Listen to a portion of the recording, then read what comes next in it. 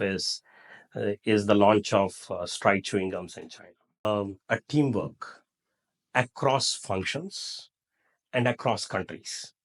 My team based out of Thailand was working for a consumer in China and working with people in UK and in US. So it was a 24-hour rotation of work and engagement, but with a discovery process for making sure we get good quality ideations. And these were design thinking tools. And we built these capabilities over time. In the beginning of the year, me and my CMO look straight at our CEO and tell him the likely growth number for this year is so many $1 million, because we have got a model that helps us predict the robustness of our innovation portfolio. We can tell him how much is our sufficiency in the funnel. So, a toolkit for product developers to choose. So based on the product development or a packaging development challenge you have a toolkit to choose from and say, oh, this is the right approach. I will use this method for this part of the process. Once I get a prototype, I validate it with the consumer, and then in terms of the design of the food system. And what's helping is actually a lot of work on predictive modeling, a lot of work on AI-enabled computing power. That's really changing the way we are able to work things, because now you can actually take a food strata that's good, and then using predictive modeling techniques, layer in stuff that will drive the consumer delight. And I think that's where a lot of work should happen over the next few years. Welcome to our Candidate Spotlight series, where we bring extraordinary professionals into the spotlight. These professionals are chosen for their expertise, industry contributions, and their proactive search for new roles. They are here to talk about their career journey, skills, and aspirations, providing our listeners who could be potential employees scouting for new talent, or it could be fellow professionals who are looking for insights into career development. I'm Savvy, founder of Stemgenic, a professional recruitment and career consulting firm based in Singapore. We specialize in STEM verticals. STEM stands for science, technology, engineering, and mathematics. So let's get rolling.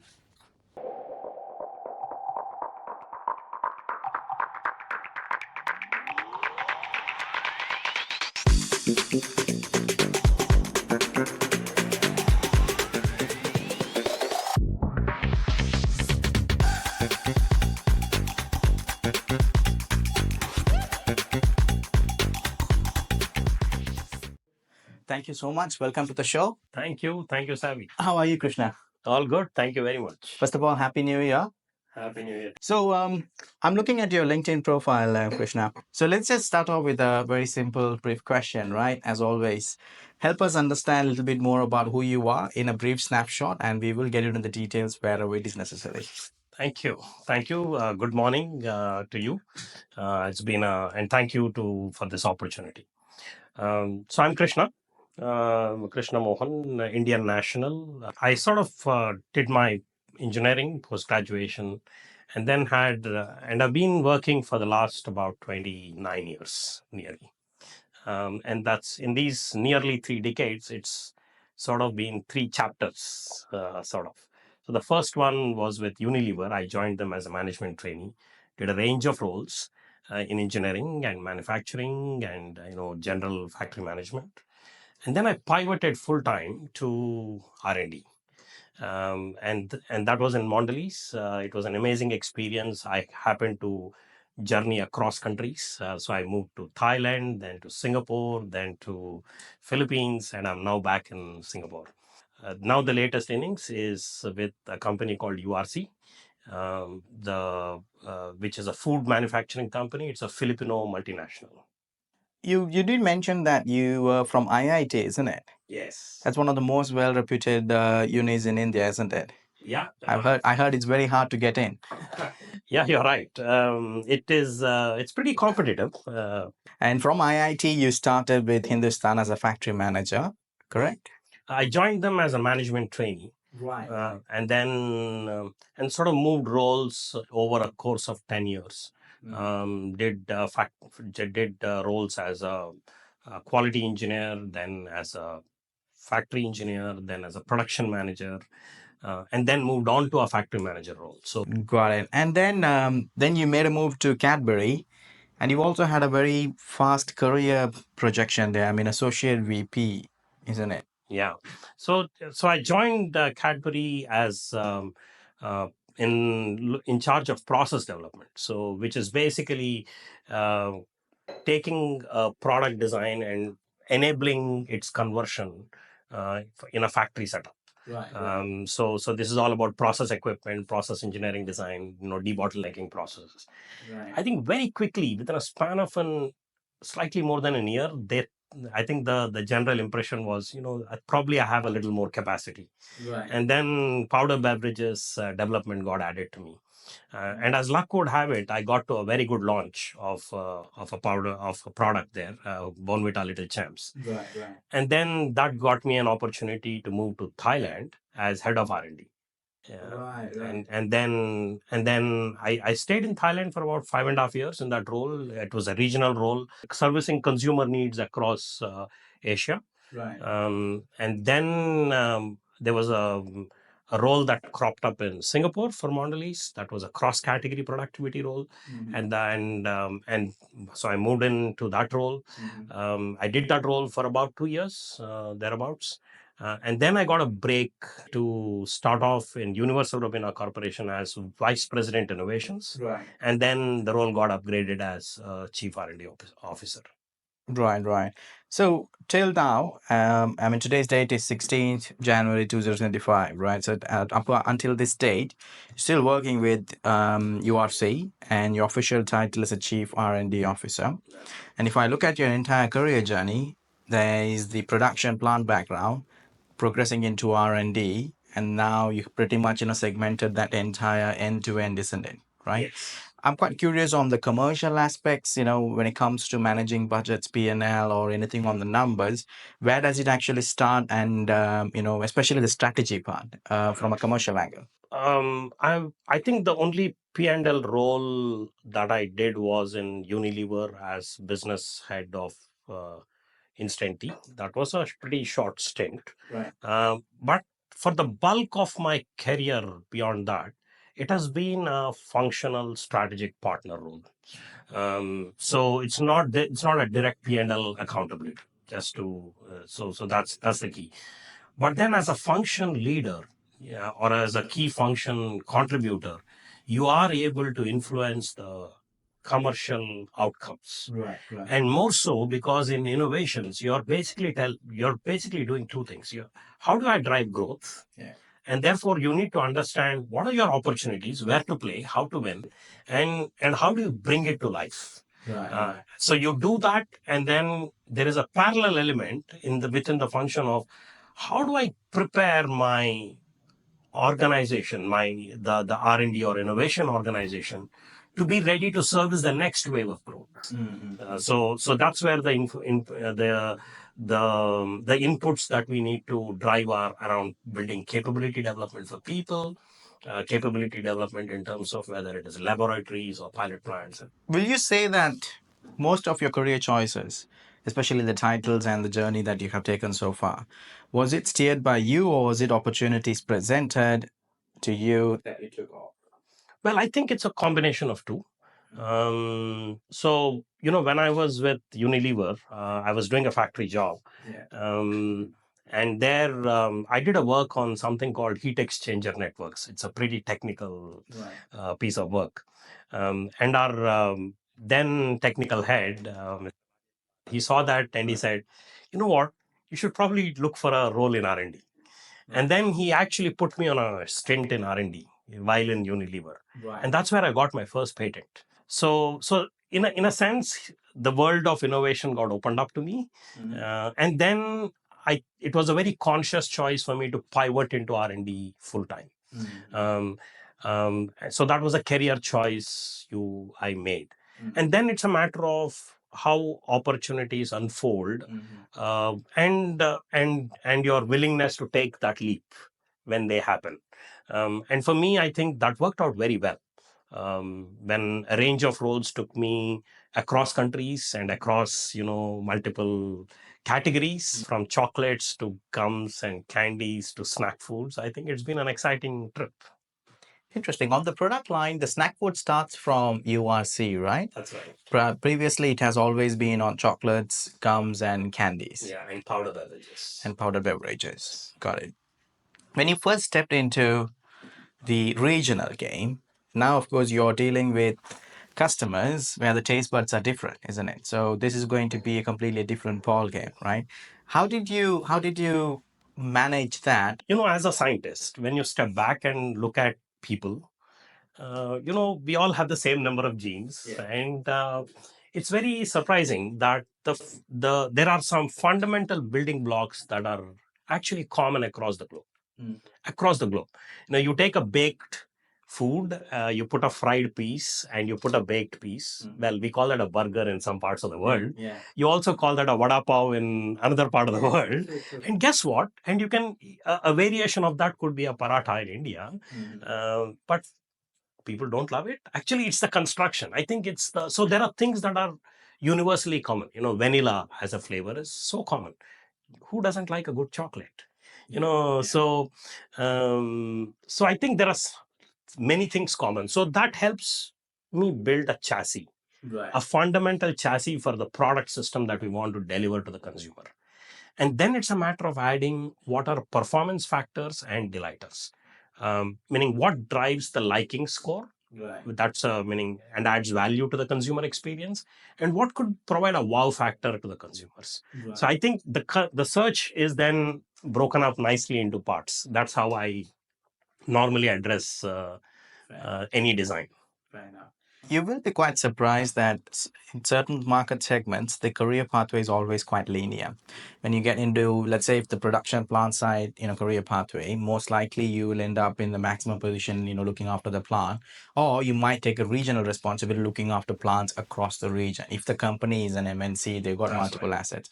Otherwise, they would hit that particular roof where they're maxed out. And a plant manager with that particular R&D background, sort of, career pathway is, there are many candidates. I have also personally known a couple of candidates, but I got to say it's not a traditional linear pathway that anyone can actually, get access to. In your case, you worked for some really good leaders who've seen the potential. You kind of connected this end to this end, which works really well, because what goes in the lab is what actually gets converted into the plant. So if you have that understanding here and here, you will have a lot more ownership on that particular entire That's division, right. Isn't it? I think that's really a key highlight. What would you say is your biggest achievement that you're really proud till date? I mean, this can go back any parts in your career, but just an open question. I think one of the biggest wins, I would say, and something I'm personally very proud of is the launch of Stride chewing gums in China. Right. It's and what makes it special is of course we got to beat we entered a market with a product in where we were in a category we were not present, beating the market leader on the 6 P's, the product, the packaging, the proposition, all of them.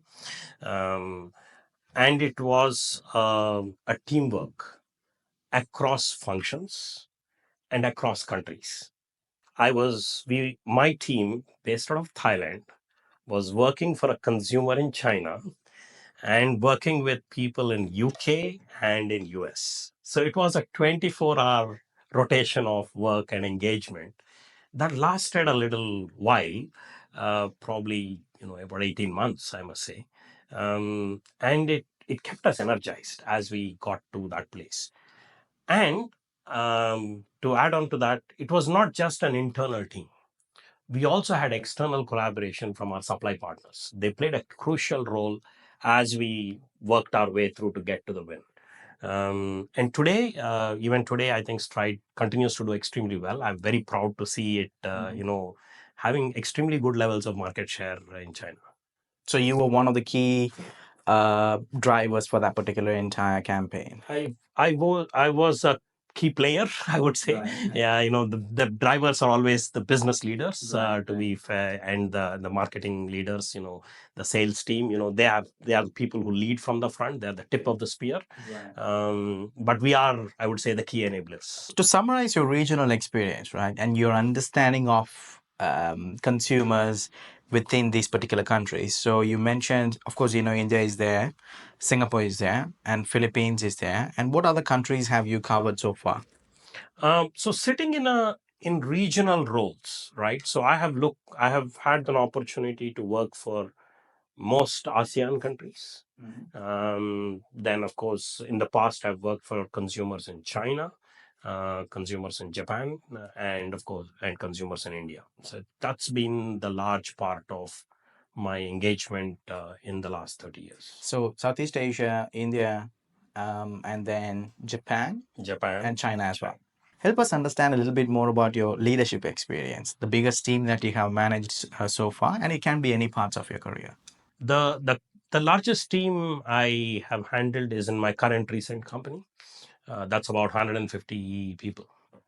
Okay, and that's across the entire region, is it? That's right. So that's spread across multiple locations in ASEAN, and these are functions representing product development, packaging, consumer technical insights, center of expertise, regulatory and governance. Right. And are you based in Philippines or are you based in Singapore? The present situation. Right now, I'm based in Singapore. Okay, and previously you were based in Philippines. That's right. Right. Okay, got it. Help us understand a little bit more about your current role. I mean, you've been with this organization for quite some time, and I'm pretty sure when you started off, the organization's infrastructure was at a certain level, and now it must be at a certain level.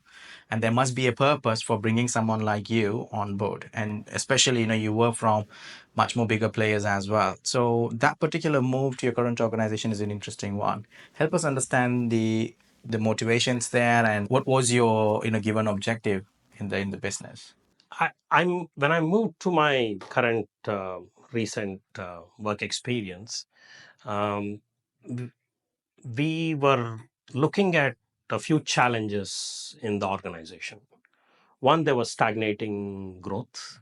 They were running a lot of innovations, but none really resulting in good outcomes. Um, and there was a need to step up the overall quality of the out in a way that translates into fundamental good business metrics. Um, so from there to today has been a transformation for the R&D and the innovation team, and actually it has influenced the other stakeholders like marketing and manufacturing in the way we have changed. The first few things we did were I got in place working with the CMO, an innovation process management and portfolio management piece. And we are joint process owners, and we manage that very well. We complemented that with a discovery process for making sure we get good quality ideations. And these were design thinking tools, and we built these capabilities over time. I mean, none of them just happened overnight. It's a very slow build and persistent build to get to where we are. Third thing is a clear articulation of what does R&D need to do, right? And fundamentally, my communication on strategy is this: there is only one strategy, and that strategy is the strategy of my boss, the CEO. All other functional strategies are actually strategy into action. What do I need to do in my function to make sure that we get to the company goals? And there are three things we have said. One, how do you get top line growth? Service sustainable growth with sustainability in all aspects, whether it is product portfolio, profitability, health and wellness, etc., because we're a food company. And the third is long-term value creation. And then now that helped us to also transform the organization structure over time to build people with those kind of skill sets. And we started building in expertise. Now it doesn't happen overnight, it takes a little while. And we set up new functions. A function like consumer technical insights never existed. And today, it's a part and parcel of every innovation that we land. I'm very proud of the kind of changes that we have brought about, and all of them. You have to ask, is it really working for the business? And I'll give you a few examples of how it works. I can We are able to sit at the beginning of the year, me and my CMO, look straight at our CEO and tell him the likely growth number for this year is so many $1 million, because we have got a model that helps us predict the robustness of our innovation portfolio. We can tell him how much is our sufficiency in the funnel. So it's absolutely beautiful to be able to give the CEO that comfort that we are on the right track, and if we are not on the right track, what are the actions we can take. The second piece is we have got a number of external recognitions for the work we have been doing. Nielsen's Breakthrough Innovations Awards have come. Quite a few of them have come through. The latest one is C2 Freeze in Vietnam, just announced a few weeks back. So I think these are so are we. So we have to measure ourselves in terms of the business outcomes. The team has been able to drive a wellness criteria, an agenda that transformed the quality of our portfolio. Over time, addressing issues like sugar, sodium, artificial colors, and it's not one day. You do it slowly, incrementally, so that you're managing that change with the system, with the consumers, very deliberately. I think it's all about strategic patience, and doing it and being at it consistently. What I'm trying to understand here is your impact in the business, which I think you've already answered most of the areas, right? But I'm quite curious on the processes, especially the innovation pipelines and the processes that you have implemented. Because initially, was there a process for product development? There must be something for you to start off with. And how much of a work have you had to put in to get the business to where it is right now? It's almost unrecognizable, the change. You wouldn't recognize what from where we are today to the company when I joined in. The processes are dramatically different. Um, the we did not have a formal innovation process and portfolio management in the first place. So actually, I set up the stage gate process, and then we set up the metrics for measuring the program, the whole innovation program. And a layer below that is where we brought in design thinking tools. We brought in agile tools. We brought in systematic inventive thinking tools.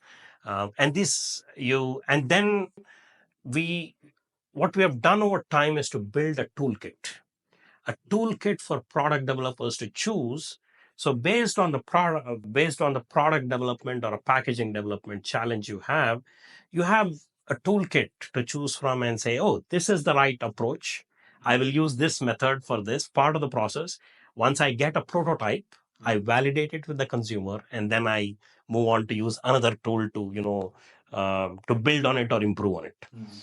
So the whole idea of prototyping was not even existing in the way we do it now, right? If we would like a product, typically you would go to the market in a very entrepreneurial, high risk approach.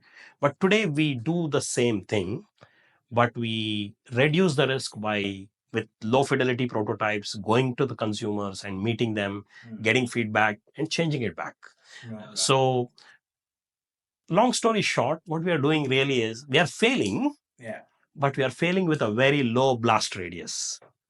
So you meaning, you to get to one product, it takes a lot of failures to iterate and get there, but you fail smart and you learn along the way. I think this whole capability, and that also included infrastructure, pilot plants, some state of art equipment like electronic nose, which we now use for predictive modeling. So I could take a product that you like, and I could completely deconstruct it and with a little bit of research, even tell you what is the specific compound that is driving your liking.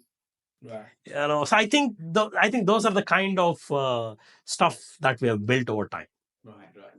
Is there something about a leadership style that works well for you? So let's say if there is, provided there is another employee looking out for a talent like yourself, what sort of leadership style actually suits your working style? It's always a pleasure to work with leaders who are able to empower, and it's also very good to have leaders who are willing to have a divergent thought on the table. Right? It doesn't mean that they have to accept it, but it's good to have a dialogue. Because honestly, that's at the heart of collaboration, right? You have to allow for a conflict of ideas, and then you have to get a conflict resolution to get to win-win. That's what collaboration is. Otherwise, everything else is a teamwork. It's a cooperation versus a collaboration. And I think it's great to work with leaders who give you that space, and give you a sense of protection when changes are done. And that's important for the people who work in the function, not just for me personally, but for the organization. And then it's always great to have strategic clarity. I guess is the third piece. To understand more about your career situation right now, what's the reason why you're looking out right now? Yeah, actually, when I came into the current organization, there was a clear mandate of what to change and what to get to, and I'm proud that actually I've sort of ticked all the boxes. And as we speak, there are current conversations with my CEO, uh, because we are looking at the next metamorphosis for the next leg of growth, and that would mean that my role will change significantly, and that's a driver for me to look for an opportunity outside. And do you have any timelines in mind? Do you think when this is going to happen? We are looking at end of February 2025 as a likely initiation date for that transition, and then there could be a few months here and there for a final change. What do you have in mind? What do you think is going to be the best next step in your career? What would be great is to work with an organization that helps me um, add value to their business outcomes in a technical role, end-to-end role, offering strong business partnerships, strategic insights to their commercial teams. And so this could be innovation role in a range of product development, packaging, product development roles, or it could be a combination of R&D and supply chain roles, because I come in with a reasonably good experience, and actually sitting in a CXO position for a while, you know a lot about how the company various functions work together and operate, apart from the hands-on experience. I think those are probably the big opportunities on the table. Got it, got it.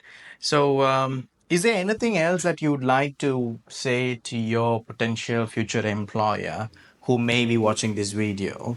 Because wherever you apply, along with the CV can also include this particular link. So, do you want to, say anything or anything that we have missed on your job search criteria? Um, I think what I offer on the table is a high level of curiosity and future readiness and thinking, um, combined with an execution technical rigor. I think that I bring that balance pretty well, and able to manage the short, medium, and the long term, and play that very well for good outcomes, for balanced, good business outcomes. Um, it's absolutely critical for a functional role like in where I can add value, to be able to make sure that the top line, the bottom line, and the long term value creation is absolutely consistent, and I'm committed to doing that. Um, if you're looking for a leader a functional technical leader with a good business acumen and strategic depth, I think then I would have something to offer.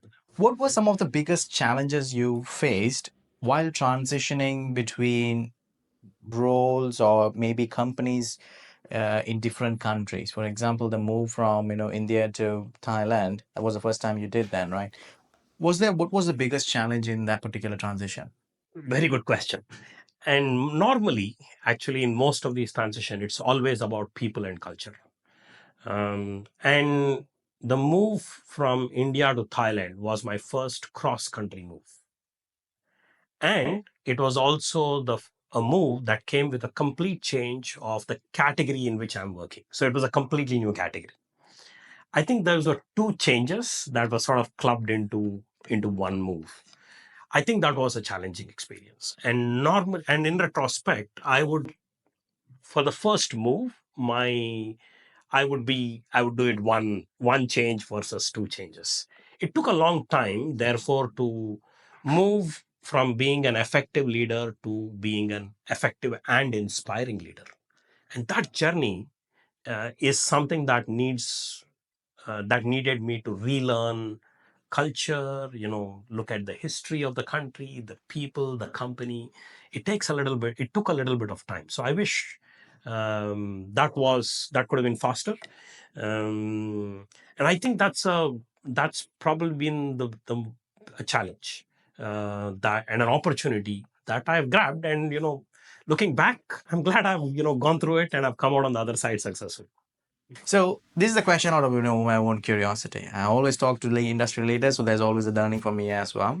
So gums, candies, chocolates, they are always associated with sugar, and that's how they've been right from the start. Okay, but now with the present focus on avoiding sugar or reducing sugar content, there's a lot of countries already focusing on implementing processes and policies for those.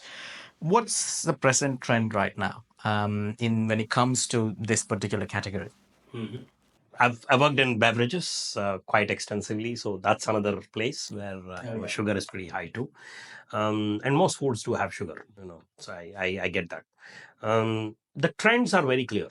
The trends are to reduce sugar content, as in the sucrose, in particular glucoses and sucroses. The trend is to reduce that, and replace them with alternative sweeteners, and some of them have also been in the news for not being good. So I think it's a balance. But if I were to step back and zoom back and look at what are the where are things moving, there is a lot more focus that companies have on driving holistic wellness. And that includes reduction of sugar content where possible, making sure we're adding protein content where possible, making sure the fats that we use are the right type and the right quality. Sodium is a big one. We Most people consume a lot more sodium and than what they need to. And these are all places where technology has been progressing extremely well. And there are a lot of companies, including in my current role, where we have very focused technology portfolio programs to address these things. And So that's one element. And interestingly, it's not health wellness on its own doesn't sell too much. So what sells well is if you give a good tasting product that's also healthy. So you cannot um so wellness is not an attribute for which most consumers in this part of the world will pay a premium on. That's the reality.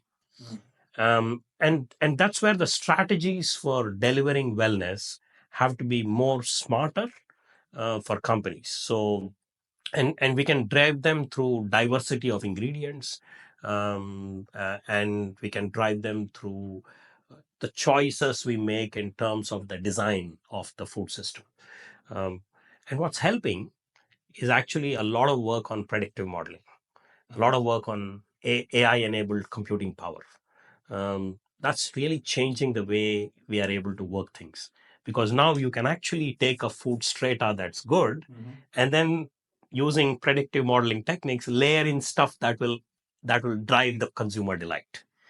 And I think that's where a lot of work should happen over the next few years. Interesting. And what about the developing a culture of innovation at the same time also having sustainability within its particular framework, because now sustainability is there in every particular business infrastructure, right? So what about the connection between innovation and sustainability, and what particular elements will be important there? Yeah. uh, my my approach in this has been to build sustainability metrics into the innovation. So every new product that you launch, every new packaging that we work on, we ask a few simple questions as a part of our gating decisions. Is this product, from a wellness portfolio criteria point of view, are we same or better than the previous version or the ones that's existing in our market from our portfolio? Are we having a lower packaging footprint? Are we having a better carbon footprint? I think these are simple questions that we ask, and we incorporate them into the ways of working and the ways of thinking for the scientists. To me, that would be the best approach. It's then incremental, it is steady, and you're actually building the whole thing ground up. Got it, got it. And out of curiosity, within your career, this sustainability implementation, when did you actually start on this? Actually, the most significant work on sustainability started with my current recent organization, where I was in a leading position to draw up the strategy, contribute to the sustainability strategy through the wellness criteria, through specific programs around specific actions, strategic actions around packaging. I think those are the big moves. For the viewer's sake, right? So, any particular individual who is currently a plant leader or someone who is leading R&D teams in product development or innovation, or maybe a combination of both, like yourself, what advice will you give to them? If they can maximize on their career journey more efficiently with more faster career pathway, what advice will you give to them for them to learn about the new trends that are there in the market? What particular areas should they actually invest their knowledge into? Um, I think the meaning, it depends on which field of R&D the person is, but I would start with the core functional competencies the person has to offer, and then look for applications and directions that take me to the latest technology trends, and which is all around artificial intelligence. It's all about new technology ingredients. It could be material combinations, and thereof. And so, for example, in the food, I'll give you a food example. um, Smart watches didn't exist a decade back, perhaps. At least they were not common. Today, a lot of people actually have smartwatches, and the trend will only increase. They carry a lot of data about you. Guess what? Tomorrow, there could well be a day when you're eating a food and it'll tell you your blood glucose level impact. So, product developers and leaders, the team leaders of today, should say, hey, how do I think of that future, and therefore what skill sets that will help me to prepare for servicing that economy, where things will be dramatically different from what we are today. For someone who is, let's just look at purely R&D, okay, what skills or qualities are more important to build a career within R&D and product development innovation? Let's say if you're looking to hire someone within your team, right, for R&D, let's say. I'm specifically talking about the skills and qualities. What is the most important top three skills? The first thing I always look at when I look for people is obviously their core functional depth. I think that's a given.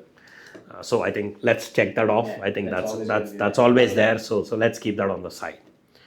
Then we look at how does the person work, and I think one of the defining thing about R&D is the ability is comfort with ambiguity and dealing with ambiguity. No two projects are same. You don't know whether your product will win or not. I think the how do you manage ambiguity? The second thing is collaboration. How do you how do you what's your level of openness to give ideas? What's your comfort level when the ideas are pushed around? And how do you get to a win-win conversation? So I think that's the second big skill that we really look for. The third one is actually what I would call as critical reasoning and analytical skills, because after all this, when you run experiments, how do you draw inferences and how do you create the intellectual property for the company? I think so. I think these are the three big pieces that I look for. What's your ideal preference for your job, in regards to the location? Are you only looking for opportunities in Singapore or you're open for anywhere across the world? I think I would prefer opportunities based out of Singapore. Then, of course, there could be, the Gulf region could be another. But across ASEAN, generally, I'm open. I think these would be. But so in terms of priority, that's how I guess it would stack up. Lastly, is there anything else that you'd like to add to this session for our viewers? Any advice or any tips that you could provide? Um, if I were to trace back my learnings, I think they have come from my failures, and and more often than not, when there are failures, they come from two or three sources, and each one has their pattern, and I've had mine, and so I would advise people to look back at the patterns, I guess, is my key take. Second, is for people to do structured, simple experiments with low blast radius, low fidelity prototyping. I think it just makes life easy. I think that I find is very useful. It makes things faster, not slower. I think those would be two things that I can share. Fantastic.